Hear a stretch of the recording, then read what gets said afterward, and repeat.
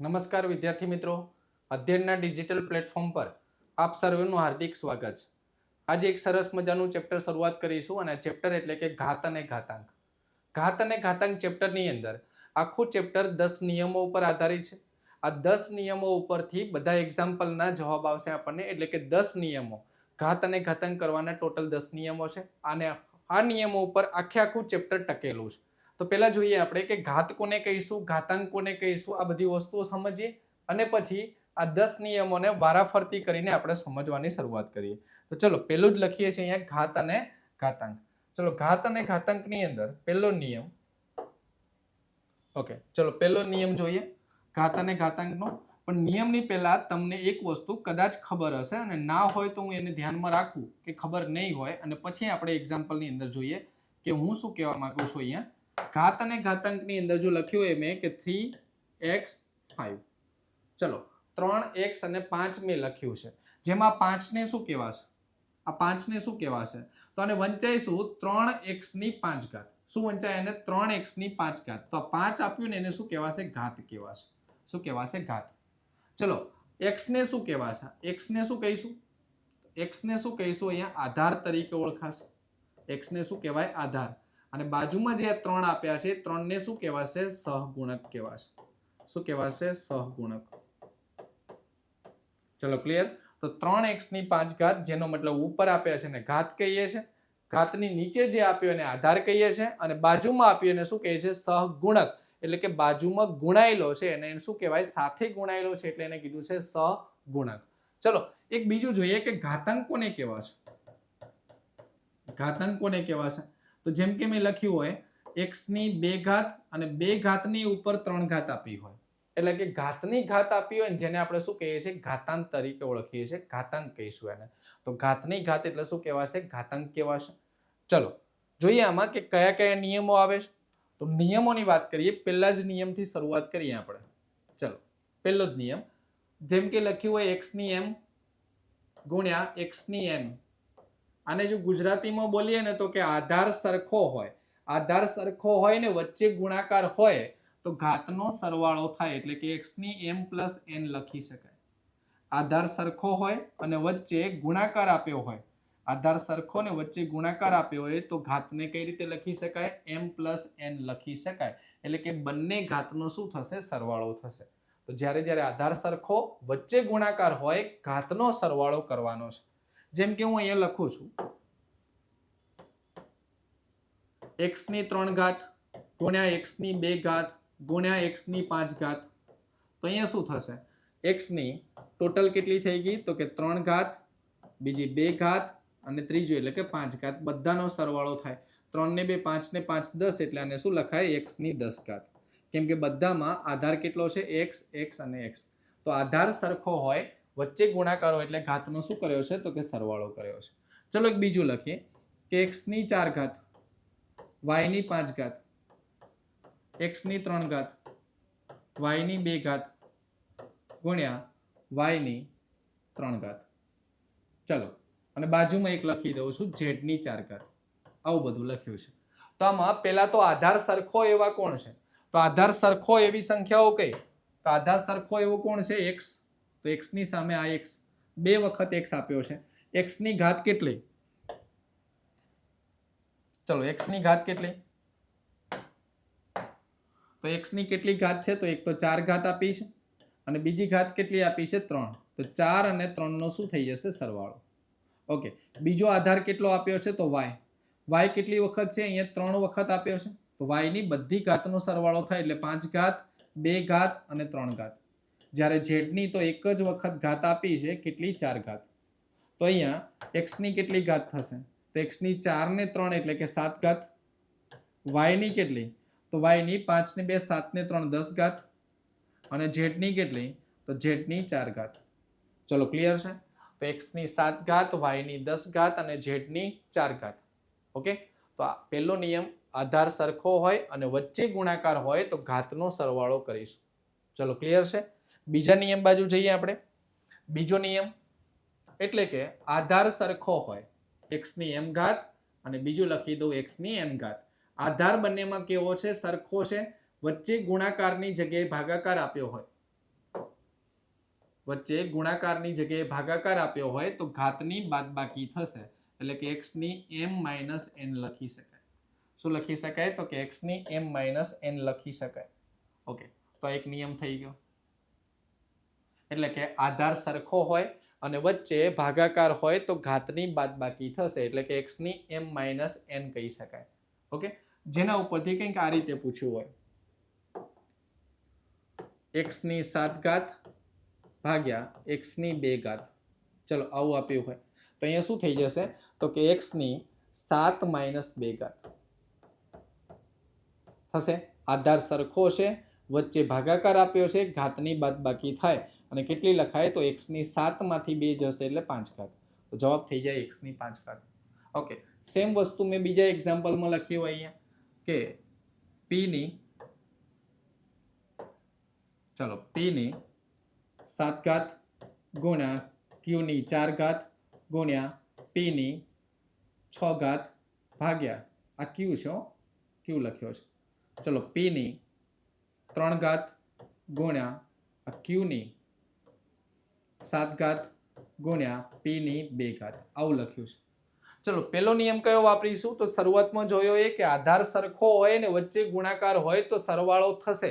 તો ઘાતની અંદર જો આ p આપ્યા છે ને આ p આપ્યા છે તો ઉપર p ની ઘાત કેટલી થઈ જશે? તો 7 અને 6 આ બંનેનો સરવાળો કરીએ તો 13 ઘાત થશે.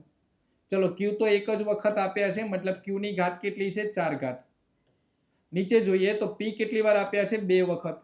તો p ની ઘાત કેટલી થઈ જાય? 3 ને 2 5 અને q ની ઘાત કેટલી છે? તો કે 7 ઘાત. ચલો શું બનશે અહીંયા? તો p ની 13 ઘાત અને ભાગ્યા 5 ઘાત. ભાગાકાર હોય એટલે બાદબાકી થશે. શું લખાય? 13 - 5 ઘાત. અને q માટે લખીએ તો q ની 4 - 7 ઘાત. તો શું બનશે અહીંયા? p ની 13 માંથી 5 જશે એટલે કેટલી આવશે? 8 ઘાત. અને q ની 4 માંથી 7 જશે એટલે કે -3 ઘાત. ચલો આ આપણો જવાબ થઈ જશે. તો p ની 8 ઘાત અને q ની -3 ઘાત થશે. ચલો ક્લિયર છે? આ બીજા નંબરનો નિયમ. ત્રીજા નંબરનો નિયમ સમજીએ, જેમાં લખ્યું હોય કે આધાર સરખો હોય. આધાર કેવો હોય? સરખો. અને વચ્ચે ઇક્વલ ટુ આપ્યા હોય. આધાર સરખો હોય અને વચ્ચે ઇક્વલ ટુ આપ્યા હોય તો જેનો મતલબ બંને ઘાતને સરખાવી શકાય. m અને n ઘાત કેવી હોય? સરખી કહેવાય. બંનેને શું કરી શકાય? તો સરખાવી શકાય. ચલો x ની m ઘાત ઇક્વલ ટુ x ની n ઘાત, એટલે કે આધાર સરખો હોય ને વચ્ચે ઇક્વલ ટુ હોય તો બંને ઘાતને સરખાવી શકાય. એટલે શું લખાય? m = n લખી શકાય. જેના ઉપરથી પ્રશ્ન આવા પૂછાય છે. જેના ઉપરથી પ્રશ્ન કંઈક આવા પૂછી લેશે કે 3 ની 3x - 4 ઘાત બરાબર 81, તો x બરાબર કેટલો? આવું પૂછી લેશે. ચલો આધાર સરખો છે પેલા? તો ના, અહીંયા આધાર સરખો નથી. આ બાજુ કેટલો છે? આધાર 3 અને આ બાજુ કેટલો છે? 81. 81 ને આપણે 3 માં ફેરવવા હોય તો શું લખી શકાય? 3 ની 4 ઘાત કહેવાય. ને આ બાજુ લખીએ તો શું બનશે? 3 ની 3x - 4 કહેવાય. થશે આવું? ઓકે, આધાર કેવો છે? સરખો છે અને વચ્ચે ઇક્વલ ટુ આપ્યું છે તો ઘાતને સરખાવી શકાય. જેમ કે હું 3x - 4 લખું તો સામે લખાય 4, એટલે કે બંને ઘાતને સરખાવી છે, મેં ઇક્વલ ટુ કર્યા છે. તો ચલો 3x ને કરતા બનાવો તો 4 ને 4 કેટલા થઈ જશે? 8. ઓકે, તો x નો મતલબ શું આવશે? તો કે 8/3 આવશે. x નો મતલબ શું થશે? 8/3 થશે. તો રાઈટ આન્સર થશે આપણો 8/3. ચલો એક બીજો એક્ઝામ્પલ જોઈએ. બીજો એક્ઝામ્પલ તો કે 5 ની x - 7 ઘાત બરાબર 125. તો x બરાબર કેટલા? ચલો ફરીથી એ જુઓ કે અહીંયા આધાર સરખો છે? ના, આધાર સરખો કરવો પડશે. અને આધાર સરખો કરવો હોય તો અહીંયા 5 આપ્યા છે તો આ 125 ને 5 ના ફોર્મમાં ફેરવવાના છે. તો અહીંયા x - 7 લખું ને અહીંયા 125 એટલે 5 નો ઘન થશે. 125 એટલે 5 નો ઘન. ચલો આધાર કેવો છે? સરખો છે. વચ્ચે ઇક્વલ ટુ આપ્યા છે, ઘાતને સરખાવી દઈએ તો અહીંયા x - 7 બરાબર શું લખી શકાય? 3 લખી શકાય. તો x બરાબર શું થશે? તો 3, 7 પેલી બાજુ જશે એટલે 7 ને 3 10 થઈ જશે. ચલો ક્લિયર છે? તો ત્રીજા નંબરનો જોયો. ત્રીજા નંબરનો રૂલ્સ, જેના ઉપરથી ક્વેશ્ચન ઘણી બધી વખત એક્ઝામમાં પૂછાઈ ગયા છે. હવે સમજીએ આપણે ચોથા નંબરનો રૂલ્સ. આ ચેપ્ટરનો ચોથા નંબરનો રૂલ્સ એટલે કે x ની ઘાત આપી છે m અને કૌંસ કરીને એક બીજી પણ ઘાત આપી છે n. જ્યારે કૌંસ હોય બે ઘાત વચ્ચે ત્યારે બંને ઘાતનો ગુણાકાર થશે એટલે શું લખાય? mn લખાશે. શું લખાશે? mn એટલે કે બંને ઘાતનો ગુણાકાર થશે. ચલો ક્લિયર છે? જેના ઉપરથી હું લખું અહીંયા, ચલો x ની 3 ઘાત અને 12 લખી છે 4 ઘાત. જેનો મતલબ શું થાય? તો કે x ની 3 ગુણ્યા 4 ઘાત ઘાતનો ગુણાકાર થાય તો 3 ની 4 ગુણ્યા 3 એટલે 12 ઘાત થશે. તો જવાબ શું બનશે? x ની 12 ઘાત બનશે. ચલો એક બીજો લખીએ. જેમ કે મેં લખ્યું હોય 5 નો વર્ગ અને ઉપર લખ્યું છે 3 ઘાત. જેનો મતલબ શું થઈ જશે? તો કે 5 ની 2 ગુણ્યા 3 ઘાત, જેનો મતલબ 5 ની 6 ઘાત થઈ જશે. શું થશે? 6 ઘાત. તો અહીંયા એક આ રૂલ્સ લાગે છે. સાથે સાથે હું એક બીજા રૂલ્સની વાત કરું અહીંયા, જેને આપણે ઘાતાંક કીધેલો છે. શું કીધેલો છે? ઘાતાંક. જેમ કે હું લખું x નો ઘન અને ઉપર 2 ઘાત. મતલબ શું થશે? અહીંયા કૌંસ નથી કર્યો. આ બધામાં જો કૌંસ કર્યો છે, છેલ્લામાં મેં કૌંસ કર્યો નથી. તો કૌંસ ના કર્યો હોય ને તો આ 3 ગુણ્યા 2 નહીં થાય. x તો એમને જ રહેશે, પણ 3 નો વર્ગ આપ્યો છે એટલે અહીંયા 9 ઘાત થશે. આટલું ધ્યાન રાખજો. અને સેમ વસ્તુ અહીંયા લખી હોય કે x ની 3 ઘાત પણ વચ્ચે જો કૌંસ કરી દીધો હોય તો 3 દુ 6 ઘાત થઈ જશે. આના ઉપરથી એક્ઝામ્પલ પૂછાયેલો છે. તો વચ્ચે કૌંસ આપ્યો હોય તો ઘાતનો ગુણાકાર થાય અને કૌંસ ના આપ્યો હોય તો જેનો મતલબ ઘાતની ઘાત કહેવાય. અને ઘાતની ઘાત પહેલા કરવી પડે. બરાબર? પહેલા x નો ઘન ના લખાય, 3 નો 2 ઘાત લખાય. 3 ની 2 ઘાત અને 3 ની 2 ઘાત એટલે કેટલી થશે? 9. તો અહીંયા શું લખાય? x ની 9 ઘાત. ચોથા નંબરનો નિયમ કંઈક આવો છે. સમજીએ પાંચમા નંબરનો નિયમ.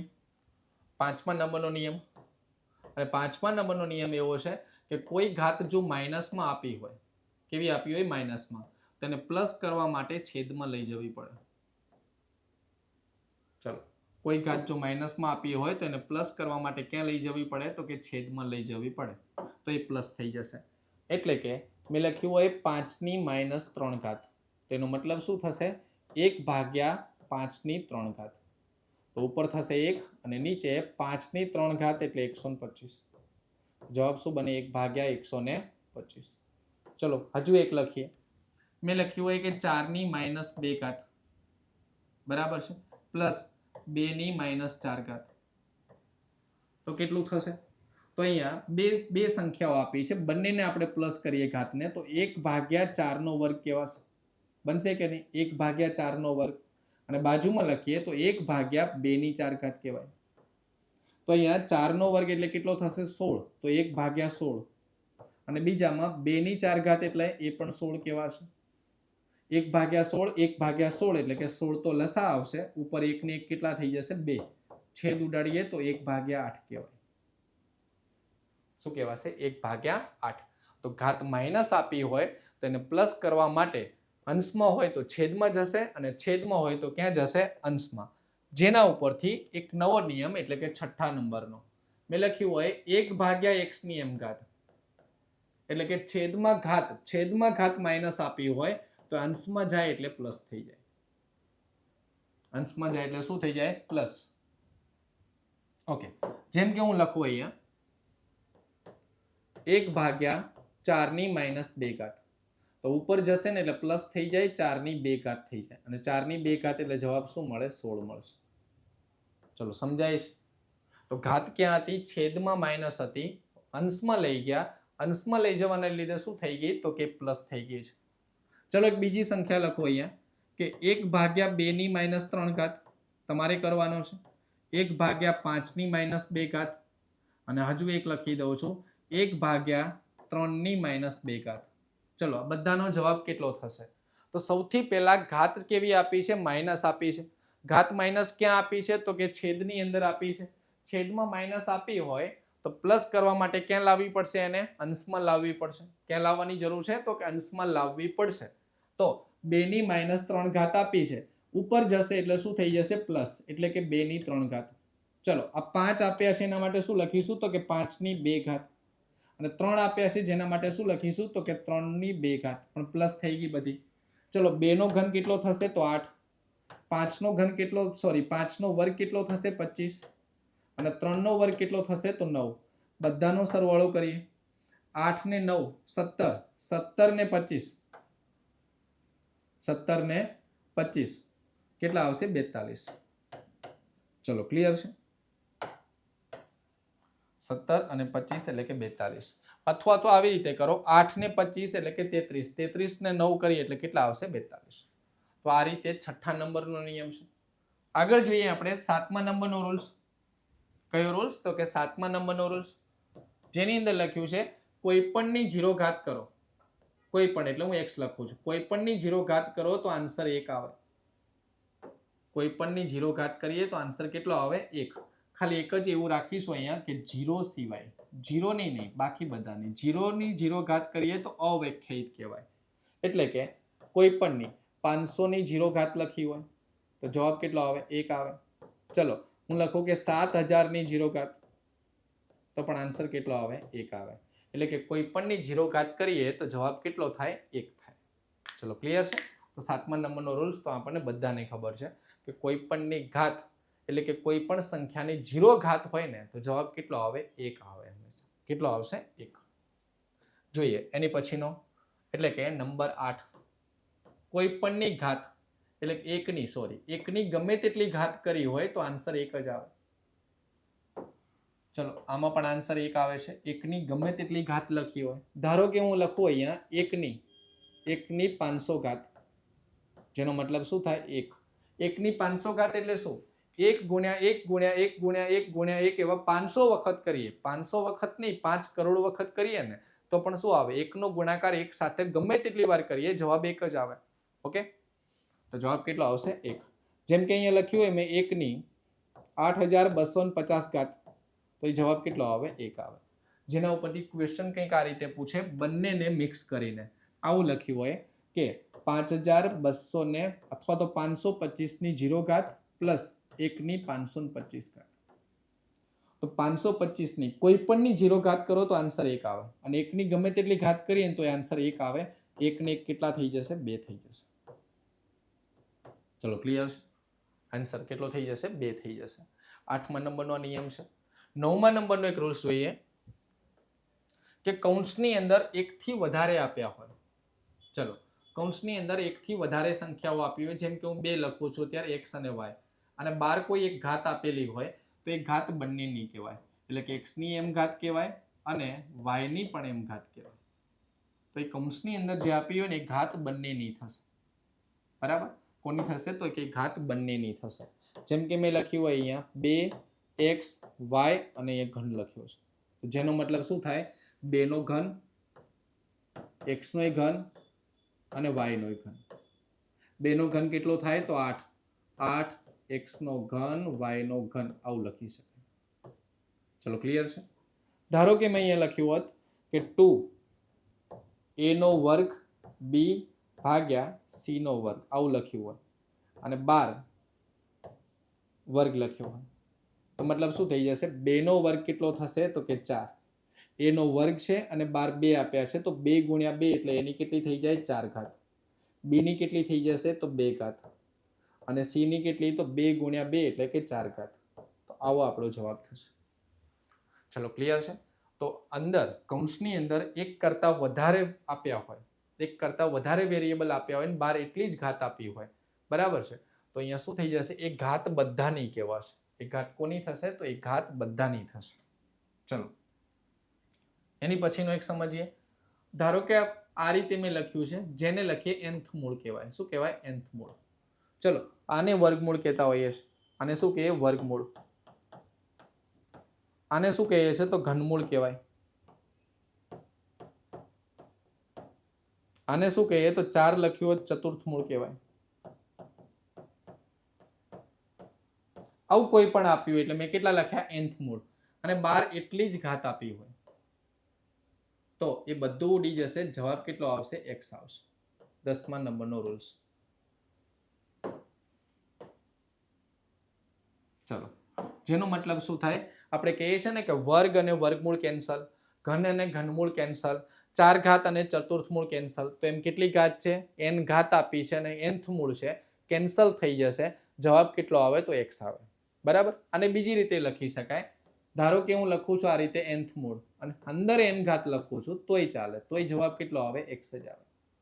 એટલે કે આ રીતે મેં લખીને આપ્યું હોય કે વર્ગમૂળની અંદર 342 નો વર્ગ, તો શું થાય? અહીંયા વર્ગ અને વર્ગમૂળ કેન્સલ થાય, જવાબ 342 જ આવે. ડન. અને ઘાતની અંદર જોઈએ તો અહીંયા વર્ગમૂળ છે ને, જે વર્ગમૂળ જેનો સિમ્બોલ કંઈક આવો છે, એક એને શું કહેવાય? 1/2 ઘાત કહેવાય. ઓકે. અને જ્યારે ઘનમૂળની વાત કરીએ, ઘનમૂળ આ રીતે કંઈક હોય જેને 1/3 ઘાત કહેવાય.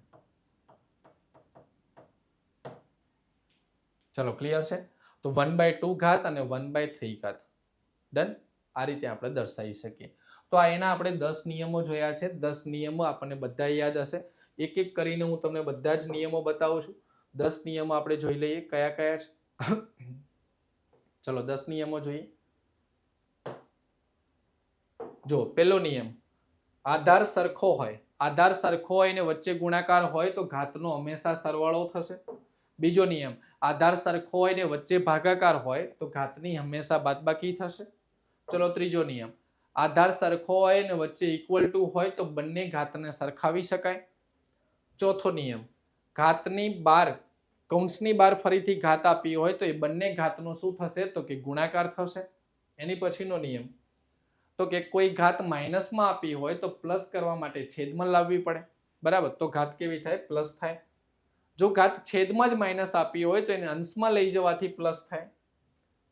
સાતમો નિયમ, કોઈપણની 0 ઘાત કરીએ, કોઈપણની 0 ઘાત કરીએ તો આન્સર કેટલો આવે? હંમેશા 1 આવશે. આઠમો, એકની ગમે તેટલી ઘાત કરીએ તો પણ આન્સર કેટલો આવશે? તો કે 1 આવશે. નવમો રૂલ્સ, એટલે કે કૌંસની અંદર એક કરતા વધારે સંખ્યાઓ કે વેરિયેબલ કંઈ આપ્યું હોય અને 12 જે ઘાત આપી હોય એ ઘાત બધાની કહેવાશે. બરાબર. અંદર જેટલા હોય બધાની ઘાત કહેવાશે.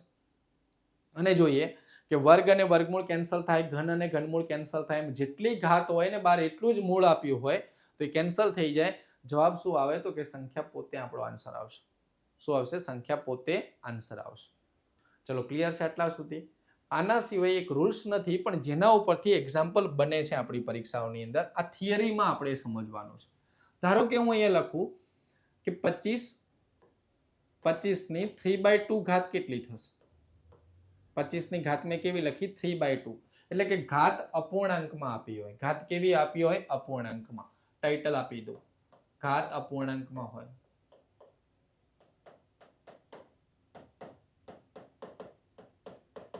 ચલો ઘાત અપૂર્ણાંકમાં હોય તો અહીંયા શું લખીશું? 25 એટલે શું કહેવાય? 5 નો વર્ગ અને 12 આપી છે 3/2. મેં કેમ ડાયરેક્ટ વર્ગ કર્યો? તો અહીંયા છેદમાં કેટલા આપ્યા છે? 2 આપ્યા છે. છેદમાં 2 આપ્યા છે ને જેનો મતલબ કે અંદરની સંખ્યા એટલે કે આ 25 કોઈકની 2 ઘાત હશે જ. તો કોની છે? 2 ઘાત 5 ની 2 ઘાત. હવે વચ્ચે કૌંસ આવે છે અહીંયા ઘાતની વચ્ચે, તો ઘાતનો ગુણાકાર થાય એટલે કે 2 ગુણ્યા 3/2. ચલો 2 ઉડી જશે તો કે યસ. શું બાકી રહેશે? 5 ની 3 ઘાત. અને 5 ની 3 ઘાત કેટલી થશે? તો કે 125 થશે. કેટલી થશે? 125. ચલો સેમ વસ્તુ હજુ એક સમજીએ. જેમ કે મેં લખ્યું હોય 81 ની 5/4 ઘાત, 81 ની 5/4 ઘાત, એવું જો લખ્યું હોય તો અહીંયા શું થશે? જો આ 4 ઘાત આપી છે છેદમાં, જેનો મતલબ 81 છે ને એ કોઈકની 4 ઘાત થતો હશે. તો 81 કોની 4 ઘાત? તો 3 ની 4 ઘાત કરીએ તો 81 થાય. અને ઉપર એટલી જ ઘાત આપી છે એટલે કે 5/4. ચલો અહીંયા 3 ની 4 ઘાત ગુણ્યા 5/4 થશે. એવું 4 4 ઉડી જશે. 3 ની 5 ઘાત થશે અને 3 ની 5 ઘાત એટલે શું આવશે? તો કે 243. તો આપણો રાઈટ આન્સર થશે 243. ચલો હજુ એક સંખ્યા લઈને સમજીએ. ધારો કે મેં અહીંયા લખ્યું હોય કે 16 ની 7/4 ઘાત. તો છેદમાં કેટલા છે? 4. 4 દૂર કરવા છે. છેદમાં 4 આપ્યા છે, 4 ને દૂર કરવાના છે. તો 4 માટે શું લખી શકીએ? તો 16 એટલે કે 2 ની 4 ઘાત અને ઉપર 7/4 ઘાત. ચલો 4 ઉડી જશે તો યસ 4 કેન્સલ થશે. શું બાકી રહેશે? તો 2 ની 7 ઘાત બાકી રહેશે. અને 2 ની 7 ઘાત એટલે કેટલી? તો 2 ગુણ્યા 2 ગુણ્યા 2 ગુણ્યા 2 કરીશું ને 7 વખત એટલે 128 આવશે. જો જોઈએ 2 4 8 16 32 64 ને 128. તો હવે આપણને જરૂર પડે છે આ બધી ઘાતની, કે કોની કેટલી ઘાતને શું કહેવાશે. આ ઘાતની આપણને જરૂર પડે છે. તો જેટલી જરૂર પડે છે ને બધી ઘાત હું અહીંયા લખી દઉં છું. ચલો જેટલી જરૂર પડે છે ને બધી લખી દઉં છું. 2 થી શરૂઆત કરીએ. 2 ની 0 ઘાત એટલે 1 થાય. 2 ની 1 ઘાત લખીએ તો 2 થશે. 2 ની 2 ઘાત લખીએ તો 4 થશે. 2 ની 3 ઘાત એટલે કે ઘન 8 થશે. 2 ની 4 ઘાત કરીએ તો 16 થશે. ડબલ કરવાના છે. 2 ની 5 ઘાત કરીએ તો 32 થશે. 2 ની 6 ઘાત લખી હોય તો 64 થશે. 2 ની 7 ઘાત હમણાં જરૂર પડી આપણને 128. 2 ની 8 ઘાત 2 ની 8 ઘાત તો 256. 2 ની 9 ઘાત 512. અને આગળ જોઈએ તો કે 2 ની 10 ઘાત 1024. ચલો 2 માટે જ આપણે 10 સુધી જવાનું છે. બાકી હું વાત કરું 3 ની, તો કે 3 ની 0 ઘાત 1 થશે. 3 ની 1 ઘાત એટલે 3. 3 ની 2 ઘાત એટલે 3 ગુણ્યા 3 કેટલા થશે? 9 થશે. 3 ની 3 ઘાત 3 ગુણ્યા 3 ગુણ્યા 3 એટલે 9 તરી 27 થશે. 3 ની 4 ઘાત એટલે 4 વખત ગુણાકાર કરીએ તો 81 થશે. 3 ની 5 ઘાત 243 થશે. અને 3 ની 6 ઘાત 729 થશે. ચલો ક્લિયર છે. આગળ જોઈએ 4 માટે, તો કે 4 ની 0 ઘાત 1 થાય. 4 ની 1 ઘાત કેટલી થશે? તો 4. 4 ની 2 ઘાત કેટલી થશે? તો 16. 4 ની 3 ઘાત કેટલી થશે? તો 64. 4 ની 5 ઘાત લખીએ તો 256. અને 4 ની 6 ઘાત લખીએ તો 1024. અને 5 માટે લખીએ તો કે 5 ની 0 ઘાત 1 થશે. 5 ની 1 ઘાત 5. 5 ની 2 ઘાત 25. 5 ની 3 ઘાત 125. 5 ની 4 ઘાત 625. અને 5 ની 5 ઘાત સુધી તો બહુ થઈ ગયું 31 25. ચલો આ બધાની જરૂર પડશે આપણને. અને આના સિવાયનું કોઈ હોય એટલે કે 6 7 8 આ બધા માટે જો હું વાત કરું તો ત્યાં માત્ર ને માત્ર ઘન સુધી જવાનું. અને ઘન સુધી તો આપણે વર્ગ અને વર્ગમૂળ, ઘન અને ઘનમૂળ થઈ ગયું એટલે તૈયાર કરેલા છે. ચલો ક્લિયર છે. તો આ બધી ઘાત આપણે યાદ રાખીશું. ઓકે, આ બધી ઘાત યાદ રાખવી પડશે જે આપણને આગળ જતા બધી જગ્યાએ જરૂર પડશે. જેમ કે હું જોઉં અપૂર્ણાંકમાં આપી હોય તો ઠીક છે, પણ જો લખ્યું હોય કે ઘાત દશાંશ પૂર્ણાંકમાં આપી હોય, ઘાત શામાં આપી હોય તો કે દશાંશ પૂર્ણાંકની અંદર આપી હોય. અને દશાંશ પૂર્ણાંક એટલે કે પોઈન્ટમાં આપી હોય. ઘાત શામાં આપી હોય? દશાંશ પૂર્ણાંકમાં આપી હોય. ચલો એવું લખું, ઘાત દશાંશ પૂર્ણાંકમાં હોય.